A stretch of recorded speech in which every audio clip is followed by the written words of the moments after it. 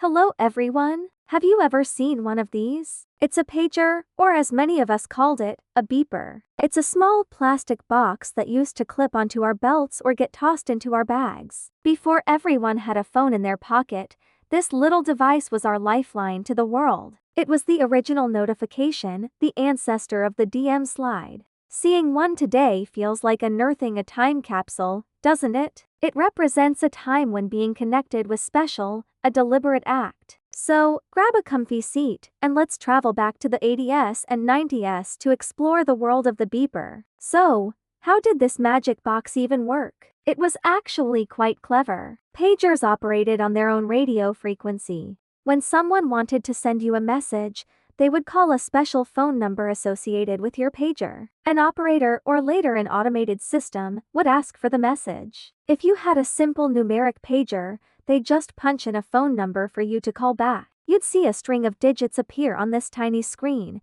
and your heart would skip a beat. Whose number was it? Was it urgent? You had to find a payphone, remember those? To find out, it was a mystery every single time. Later on, alphanumeric pagers arrived, and that was a game changer. People could send actual text messages. Well, sort of. These messages were short, and people got incredibly creative with them. A whole new language was born, a language of numbers and abbreviations. 143 meant I love you, 411 was for information, and 911, well, that one was pretty clear. We were basically texting before texting was a thing. We had to be concise, to fit our entire thought into a few characters. It was like Twitter, but with a 20-character limit and a lot more effort. The beeper wasn't just a gadget. It was a status symbol. In the 90s, if you had a beeper clipped to your jeans, you were important. You were in demand. Doctors, lawyers, and business people were the first to adopt them,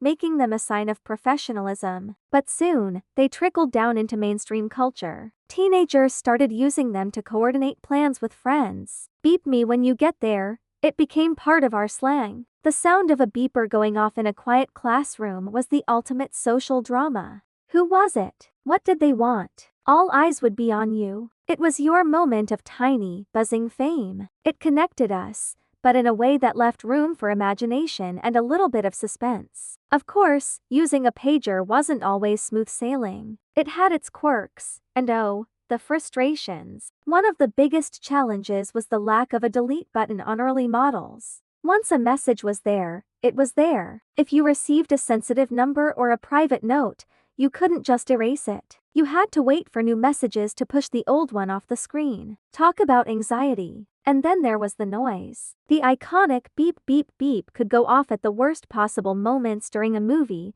in a library, or in the middle of a serious conversation. You'd fumble to silence it, your face turning red. And let's not forget pager tag, where you'd have to find a phone to call someone back, only for them to not be there.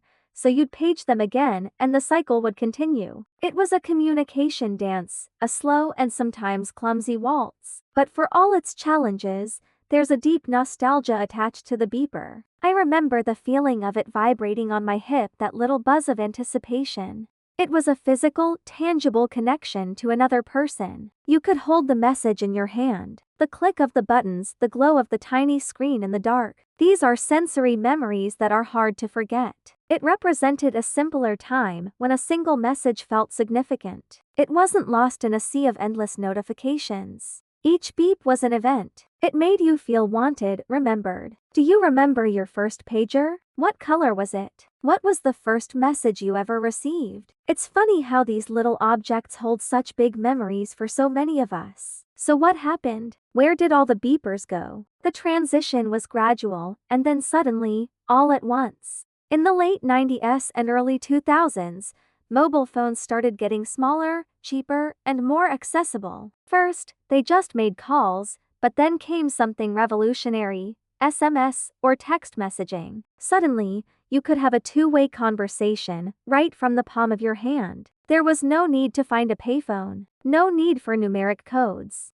The pager, once the king of remote communication, started to look like a relic. Its kingdom was slowly being conquered by the mighty cell phone. For a while, they coexisted. You might have had a pager for urgent alerts and a phone for conversations. But eventually, the convenience of an all-in-one device won out, and the beeper began its slow fade into history. It's easy to look back and laugh at the pager's limitations. No replies, cryptic codes, the constant search for a landline. But looking back, I think the pager taught us some valuable lessons. It taught us patience. Communication wasn't instant, and that was okay. It forced us to wait, to think, and to wonder. It also taught us the art of brevity. We learned to say more with less, to be creative and concise with our words. Most importantly, it created a healthy distance. You were reachable, but not constantly available. There was a buffer between the message and the response, a space for life to happen. In our hyper-connected world today,